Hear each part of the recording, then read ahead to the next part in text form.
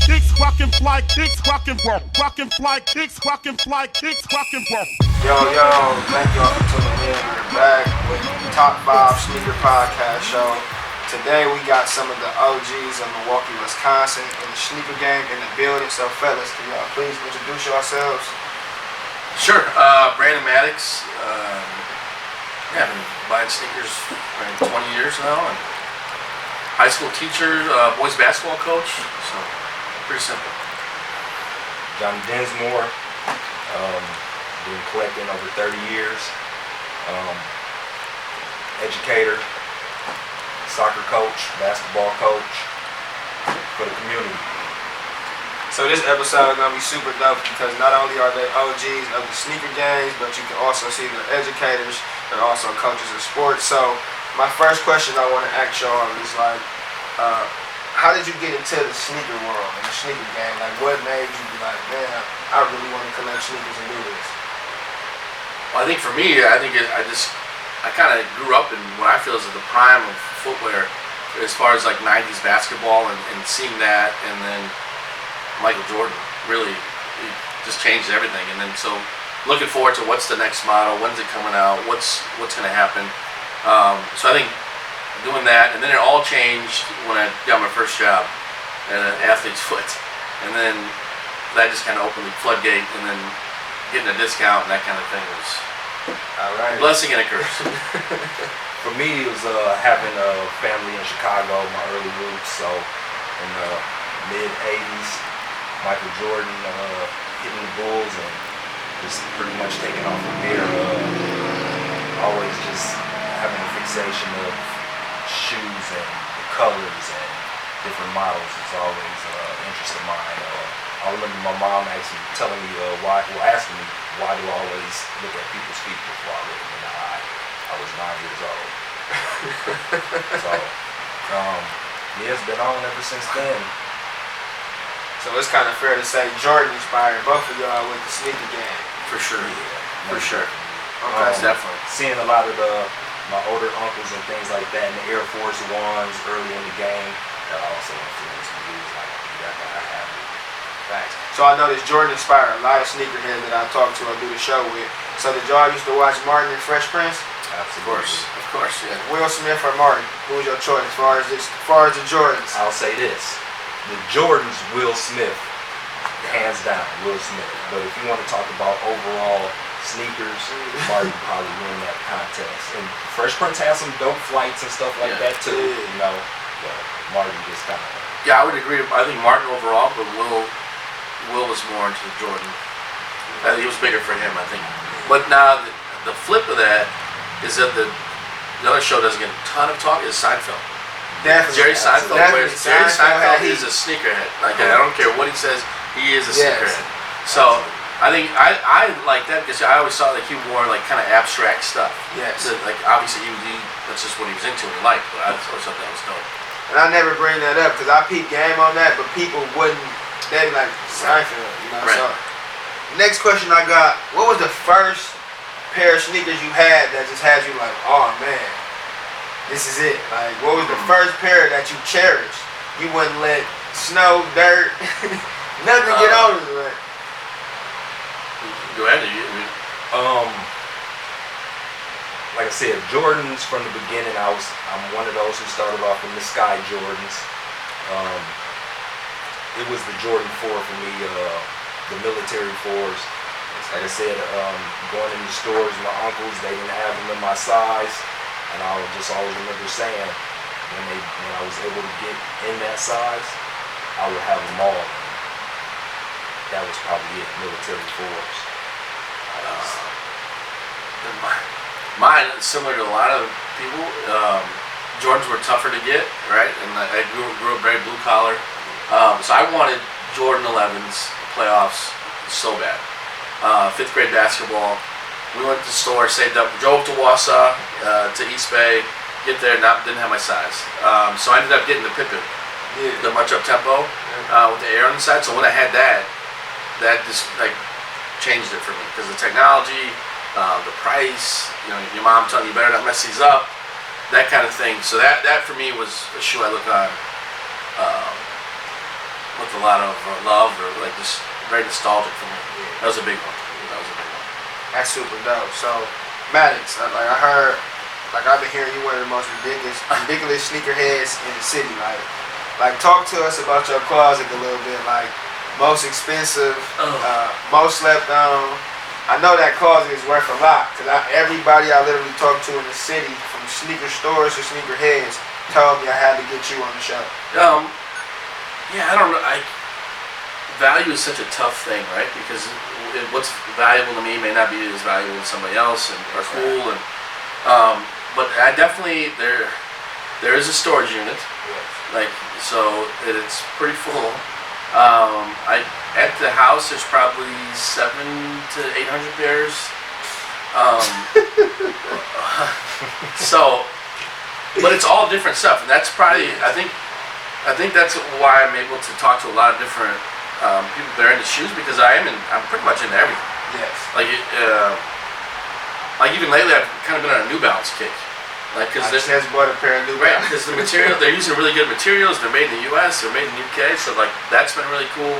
The dunk thing's coming back. I've kind of been on that. Air Force Ones I've always been into. So now young guys are getting into that. Yes. So I just think that kind of stuff is the diversity is what I enjoy.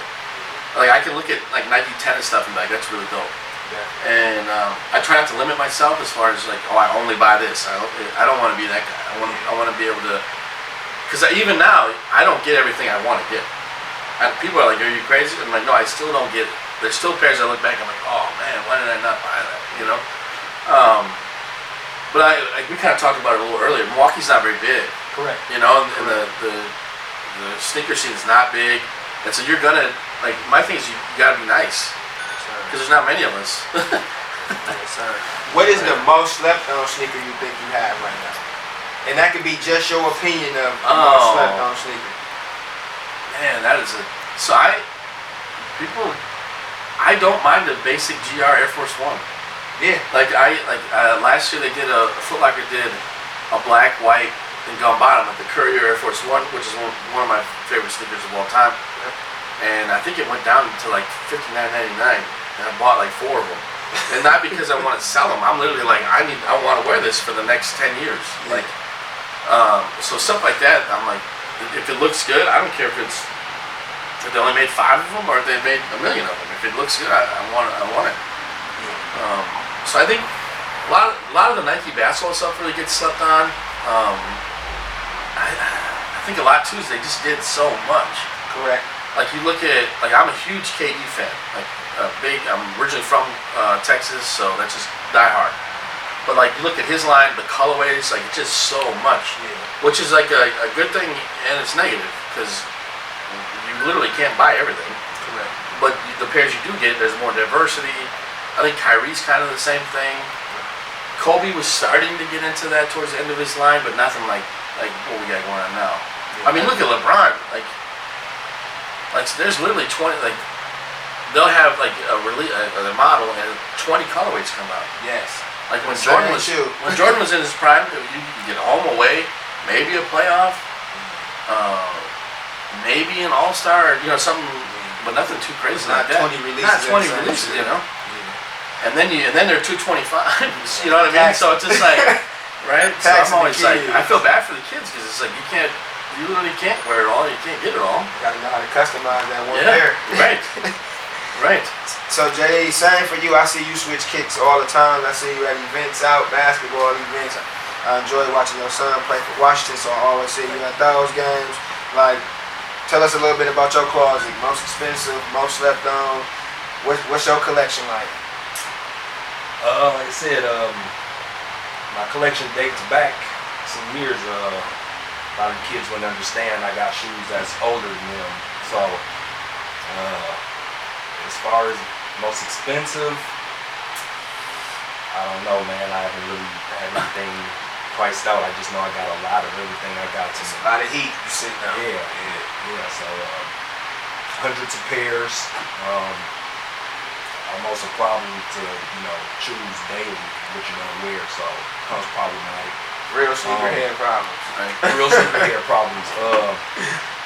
I'm more into the the older nostalgic stuff, less hyped stuff. You know what I'm saying? Like, I'm not really a fan of Yeezy, so I'm not gonna just jump on the bandwagon and just start buying Yeezys. OG talk for sure. That's for some other. That's for some other people. I just don't. The Kanye, I literally, yeah, he just lost it. And I literally just went in and took, I sold all of them.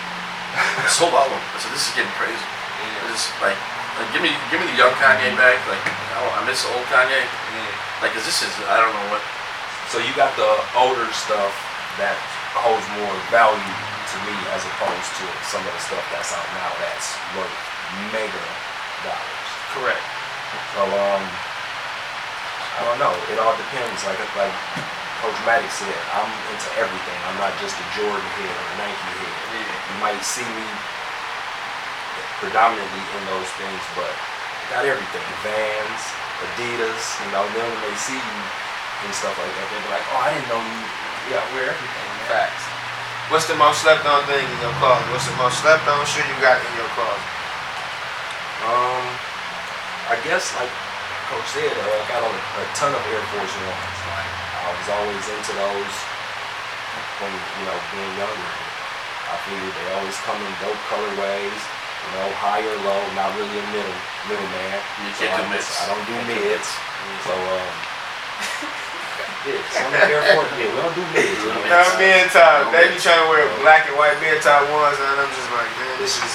And that's not the another way, misconception. bro. I don't understand where the all black Air Force Ones or dookies, as we call them, became Bad. thing of you know, we making fun of this. Like, Yeah. I'll buy a pair today and Yeah. still wear them like I did, you know, before. OG talk, yeah. That's this new generation, bro. This is something new.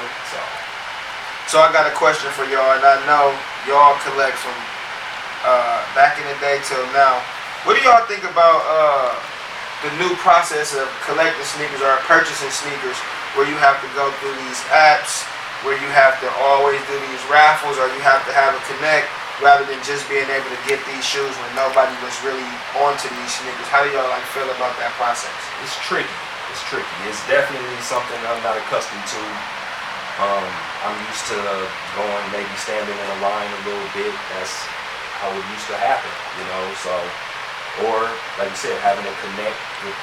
I mean, it just comes from making good connections with people. You've worked at stores, or you know, just being good at business and good people in the game. You know what I'm saying? And those kind of things just kind of happen to you and come to you that way.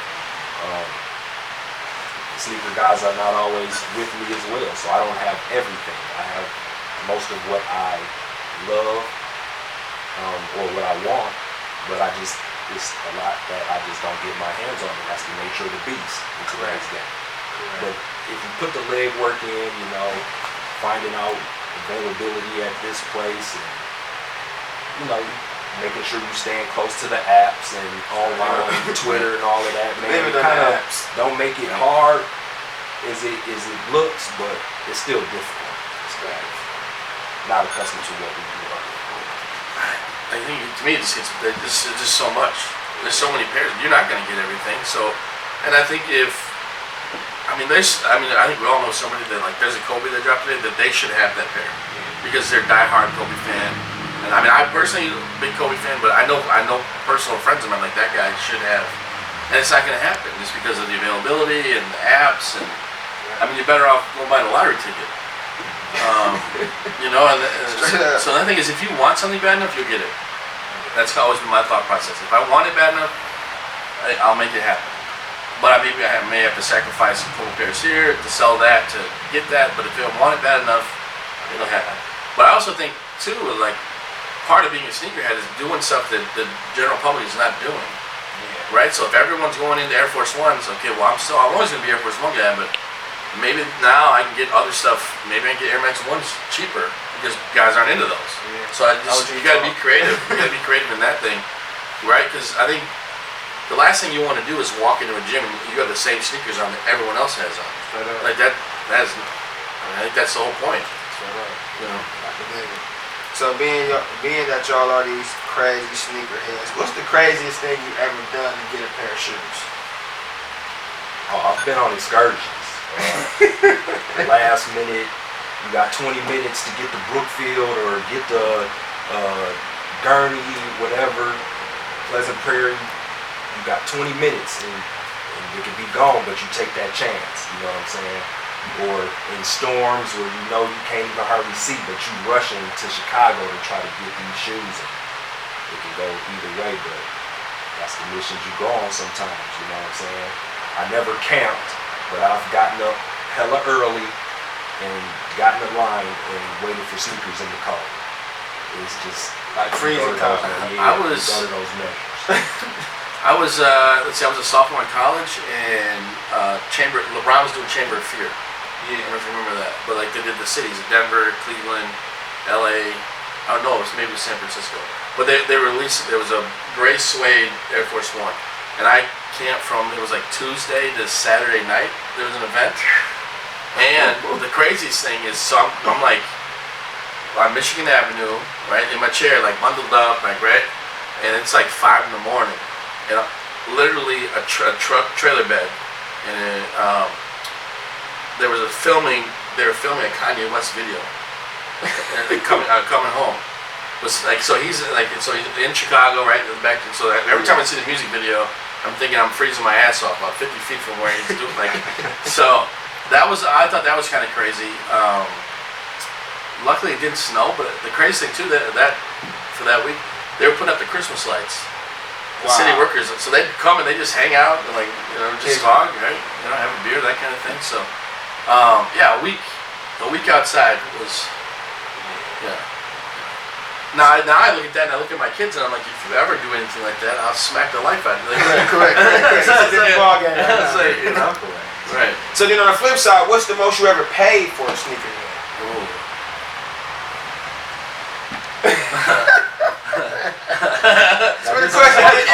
This is funny. This is a funny story because, my son Jordan, my nephew, they're young into sneakers and fashion, and it's like today's kids are willing to pay whatever dollar for these shoes that they want. With me, I'm more of I like retail. I might pay a little extra, but I'm not going to the $500, $600 extravaganza that some of this stuff is going for today. And that's just me being the OG sneakerhead. I'd rather put the legwork in before it comes out and try to get it to make sure I can secure it as opposed to paying resale price. Totally just. I'll never. So what was the most you paid? Yeah, exactly. Trying to get you. That's what you. Yeah. More recently, almost 400. For the Spending that bit of paper. Okay. Dog, I slept on the meet. I was asleep. My alarm went off on the meeting days. I was so hurt, bro. I was hurt. I think down the line that shoe is gonna be making. Yes. Just give me the purple one. Just give me the purple pair, man. Like this. I'll never say the number, but it's over 2,000. 200. But I used to be really into player stuff, like game worn, like, and not too long ago, like friends and family stuff, like I think it's Maverick Carter wears an 11, so that's an size 11. So one way or another, like through networking and stuff, I'd be able to get my hands on that stuff. So that stuff was super. Like I have stuff that I've never even taken pictures of, because of relationships I have with people like that. They're like, I can't.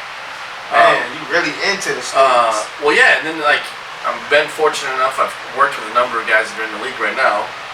So those connections kind of happens, but so it's like I honestly get more into like trading stuff. I'd rather trade someone but then you gotta have the same size, and all that kind of stuff. But adding on to what you were saying, like just being blessed to have the opportunity to be around so many different dimensions where you can get the PE stuff. Like I'm blessed with a lot of that stuff as well. It means a lot more than some of the stuff I can go out and buy. Facts. You know what I'm saying? Facts. Really that stuff is priceless. Correct. Right. And well, I think a lot of young guys, they want that stuff, but they don't want to do the or they don't know how to, Correct. because they don't know how to communicate and to have a conversation without just texting someone. You know what I mean? Like, And I know, speaking of like relationship building, so one thing with me when I first decided I'm gonna do this top 5 sneaker show, I was big on relationship building. So what I did was with them sneaker stores, before I go out there, I'm gonna talk to y'all, but I'm gonna come spend some money in your store also, so I can let you know this is, you know, I'm trying to really do this. I don't want you thinking I'm just trying to come up. So I spent some money. I know even with y'all, I kind of got a relationship with you. Heard about me, reached out instantly. He was super smooth, like.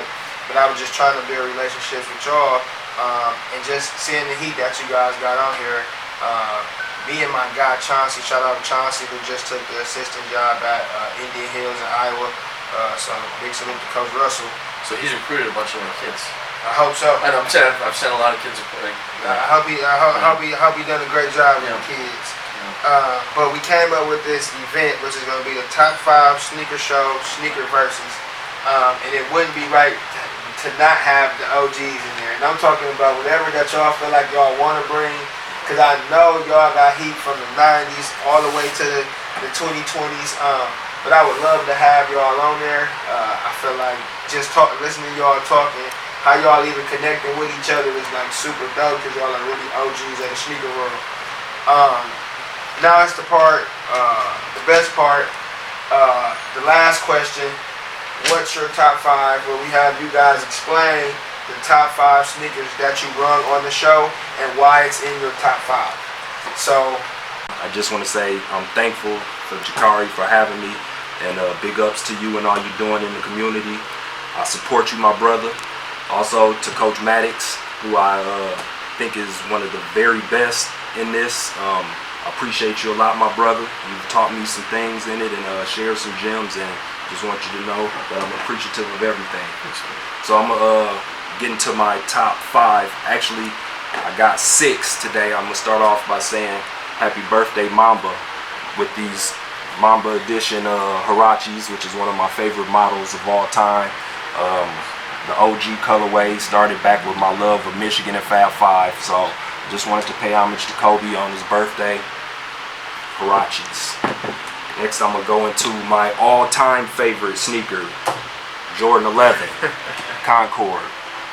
This shoe here popped eyes. I mean, just from the patent leather to the icy bottom, it's probably the prettiest looking Air Jordan I think I've ever seen. So, my favorite of all time, Air Jordan 11. Next, I'm gonna go with Penny Hardaway Nike Foamposite 1. This was the first shoe that I recall being $200 at the end of tax. It was unheard of. They retailed at $180 or something like that. It was crazy. So, love Penny Hardaway. This colorway, Neon Royal, fire. Next, I'm gonna go with the game changer. The question, Reebok question, Mr. Allen Iverson. What he did for basketball and the culture has not been duplicated, probably ever will. This shoe, when I first seen it, I had to have it. Also, this is near and dear to my heart because this was my cousin Matt Riley's favorite player and his favorite shoe. One of my excursions early in the shoe game was going to get this shoe. It was very limited at release, and we took some chances to go get it and made it happen. So, question, Allen Iverson. Next, I'm gonna go with the LeBron Preheat 8 South Beach colorway. This shoe, I recall being the one that was only in certain select cities. I recall this really kicking the craze of shoe mania off again. It was very limited, and my story is my brother and my parents were in Atlanta at the time. That was one of the spots it released, and I put the call in. I said, man, get to whatever store you can and get me this shoe pronto, ASAP. Okay, we'll try to call me back. Is this it? Bring that up, bring that home. Got these Bron 8 Preheat South Beach. And for my last, one of my favorites, this is not the colorway, Air Jordan 3. So nostalgic, but this pair in particular is the Shy. That real heat. model that came out at All-Star. I was able to partake in the festivities of All-Star this weekend, and just the search for this shoe, it made so many memories. So I'll forever be grateful for this shoe. Chicago, I love you. I'm home. I'm from Milwaukee. Chicago is the second home. It's understood, don't gotta be explained. Yeah. That's my top 5, and I'm sticking to it. Brandon here, top 5. I don't know if it changes probably every day. Is like what my top 5 would be. But the one that I could say consistently would be in day out would be the Air Jordan 3 black cement. First time visible air and then the Air Jordan. So I think that just kind of, it's only right? And Tinker Hatfield, one of my favorite designers, he put that shoe together and has done a lot of stuff for Nike, and so just historical significance of that shoe is huge. I am an Air Force One guy, so this is a retro with Taiwan Air Force One. Atmos released it, I want to say about 2 years ago. Like the details on it, you know, when it originally came out, it was one of the first shoes that had patent leather on an Air Force One, which kind of changed, you know, what that meant and what that looks like, and you know, the rope laces, and just the details in that one. Definitely one of my favorites. So then the Ben & Jerry, the Dunk SB, I think it's something different, kind of out there, and I brought it just because I think that's what kind of people want to see now.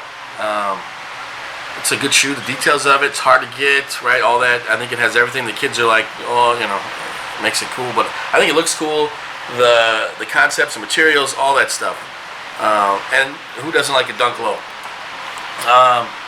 Next, I'm a huge KD fan. I'm originally from West Texas, so Texas sports is huge in my world. So for him choosing to go play at Austin kind of changed the game, and I've been a big fan since. Them cold as hell. So yeah, so KD4 is one of my favorite models from his line. What's funny about stuff like this is a good example. So this released at House of Hoops, and at that time there was only, I think it was just New York, LA were the only ones that had it, and then they released some in Austin, and I ended up having a friend of mine go to New York and literally bought all 3 size 11s that they had, because they'd been sitting for like a week or something. I heard they had them, and I was like, boom, I need them. I still have all 3 pairs. Lastly, Ronnie Feig over at Kith, he brought back the linen Air Force One. To me, this is the greatest Air Force One that they've ever done. I believe the original was 96, 97. You'll still see those pairs floating around. You know, you go back to like the Fat Joe MTV, like Cribs and stuff like that. That pair was kind of made famous there. He showed it a bunch. And then, so for Kith to retro it, being from New York and how big that culture is out there, I mean, that was a must-have. And just the quality of the leather, I mean, the retail was a little bit higher on it, but the quality of the leather was similar to what you would have gotten in 96, 97, I think. So that's definitely one of my favorites. I want to thank Jakari for having me on. This is great. You know, anytime I can talk sneakers, I'm with it. Johnny's a great friend of mine, so this has been a lot of fun, and I thank you guys for having me. Yo, so man, as you guys can see, the OGs have plenty heat. We can take it back, or we can bring it back to today. Plenty heat. I want y'all to make sure y'all tap in with them, just to learn more about them, just to follow them and see them on their sneaker journey. Can you guys give some of your social media hashtags? Instagram for me is at Shoetime, SHO, the number 3, TYM. Appreciate it. Instagram at Splash the Sneakerhead, Splash DA Sneakerhead. Listen, they got heat. This is by far maybe one of my favorite episodes, just to be able to tap in with the OGs who were able to just to go into the store and then now have to do it virtually or through apps, and just to talk with them and hear their mind and see some of this heat. It's ridiculous. So man, thank you all for tuning in to the Top 5 Sneaker Podcast Show. Make sure y'all subscribe at our YouTube link. We appreciate y'all. Rockin' fly kicks, rockin' fly kicks, rockin' roll. Rockin' fly kicks, rockin' fly kicks, rockin' roll. Coming out,